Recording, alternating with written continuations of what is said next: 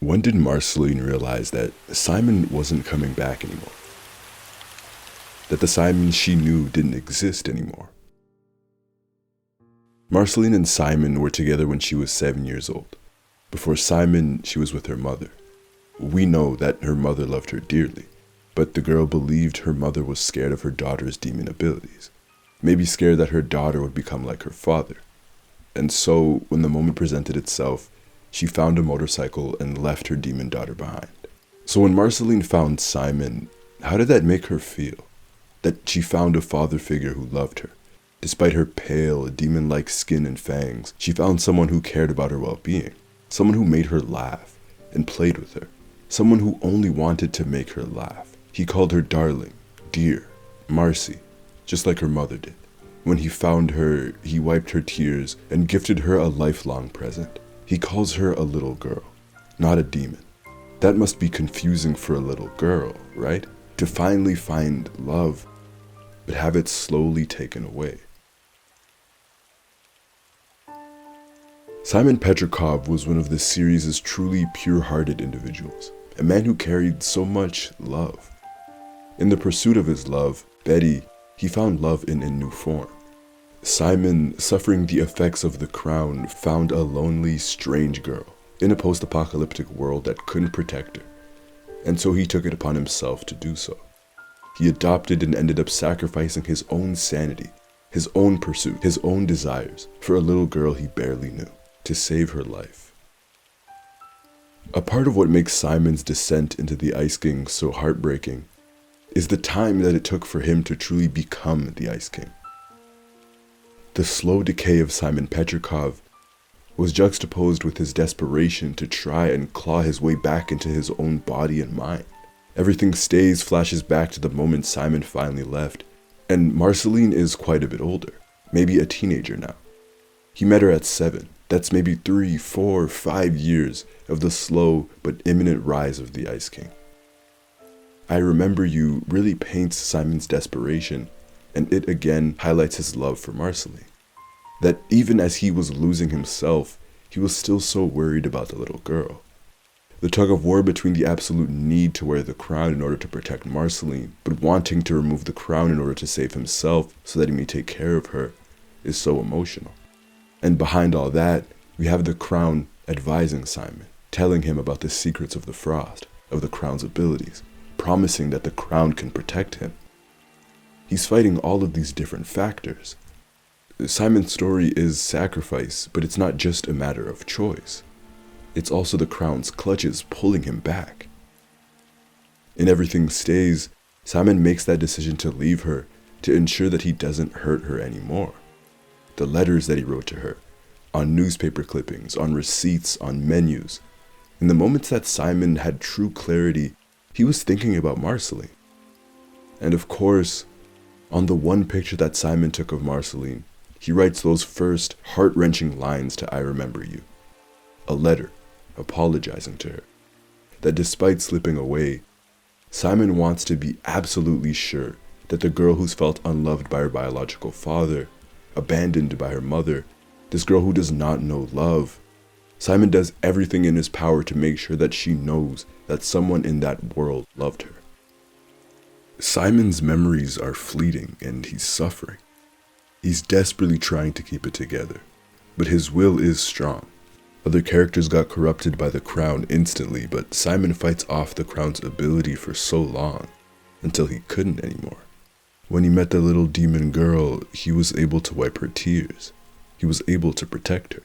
And in their final moment together, he tries to wipe her tears, but he can't. He hurts her instead. And we saw his reaction to that. The only thing he wants to do is to take care of her, but he physically cannot. And even as the crown is burying his mind, he's still able to send Hudson back to see his daughter. Simon understands the person he's becoming, but he can't control it, so leaving her is better than hurting her. When did Marceline realize that Simon wasn't coming back? What did that sadness feel like? How hard was it for her to recount these stories of her and Simon to Finn and Jake, knowing that this man in these stories, this great man, the one whom she grieves for every single time she sees him, is never coming back. Ice King, with Simon completely trapped in the crown, is subconsciously drawn towards Marceline. When she sings in I Remember You, leaning on the fridge, she states that every time she moves in Ooh, eventually Ice King finds her and starts hanging around her, even though he doesn't remember her. But seeing this version of her old friend gets her down, understandably, and yet, Marceline reveals that she does have an unexplained subconscious feeling of joy when she sees him. And that joy turns into desperation in this episode, when she hugs her old friend, and later tries to get him to remember their time together.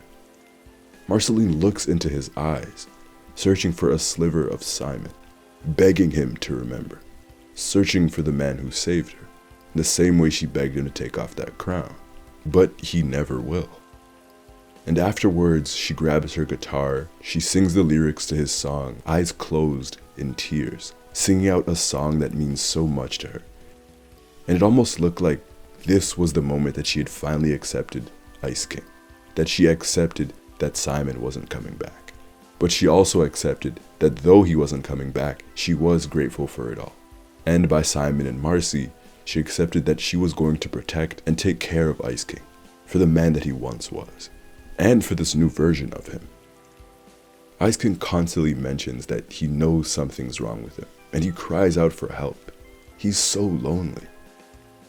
Adam Muto noted that the original title for this episode was titled Help, and that's what Marceline aims to be going forward. Help.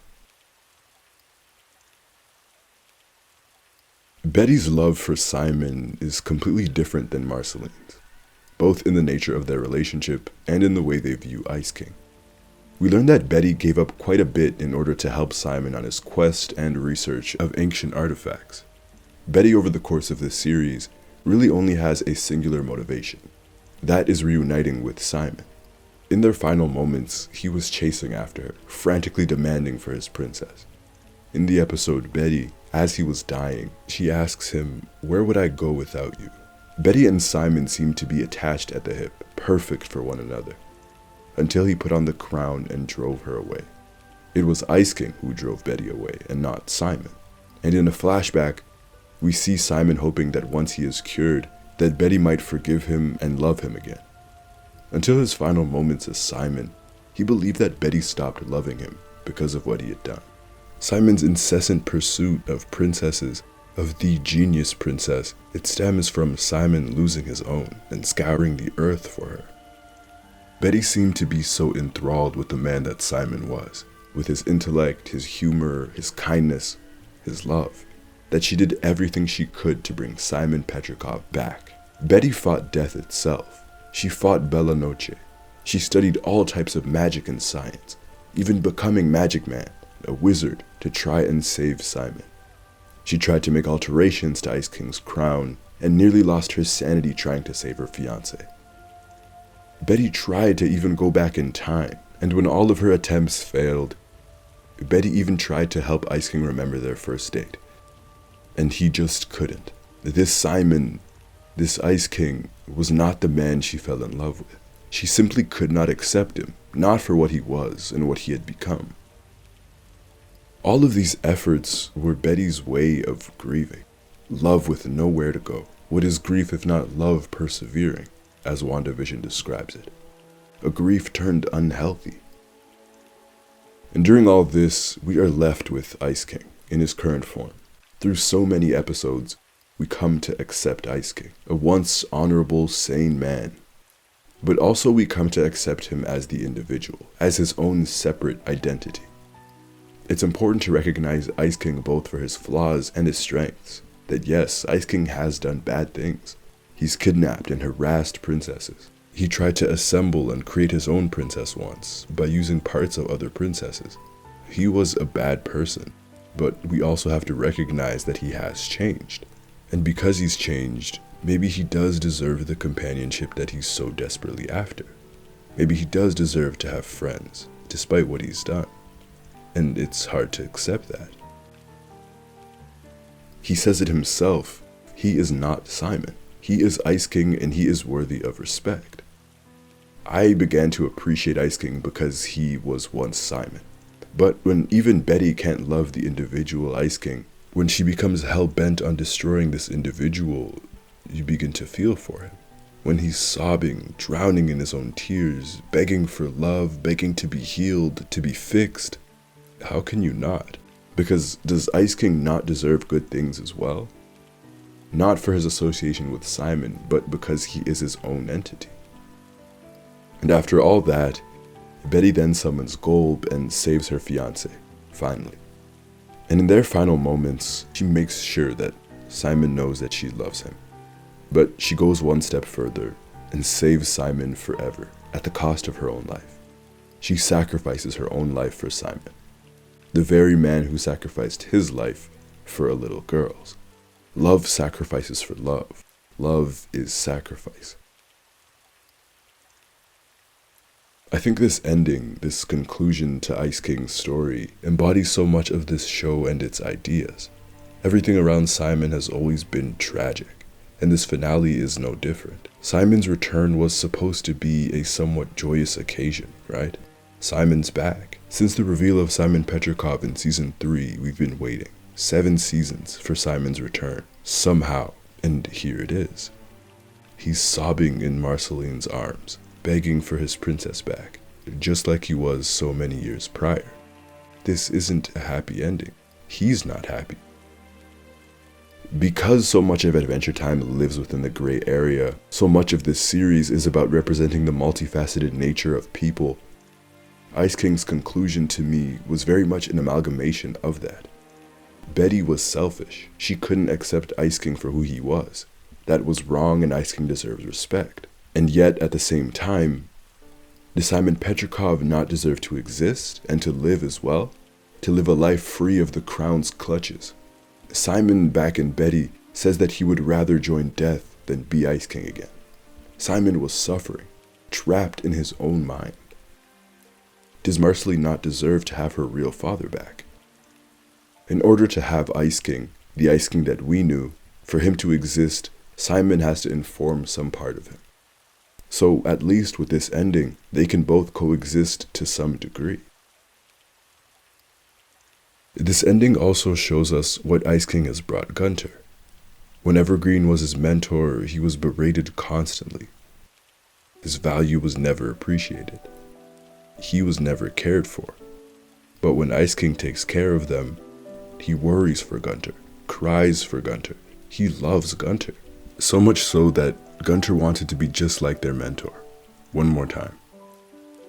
This ending showed us that love is complicated. Betty was selfish, but she did sacrifice herself out of love. Like Marceline, love is also patient and resilient. And like Simon, it is sacrifice. But like Betty and Simon's fate, it can also be senseless and tragic. So tragic. Simon has returned. He's back, but he's missing a piece of himself. He's now fated to search the universe for Betty. He has to find a way to bring her back. But Simon has returned, right? Love is complicated.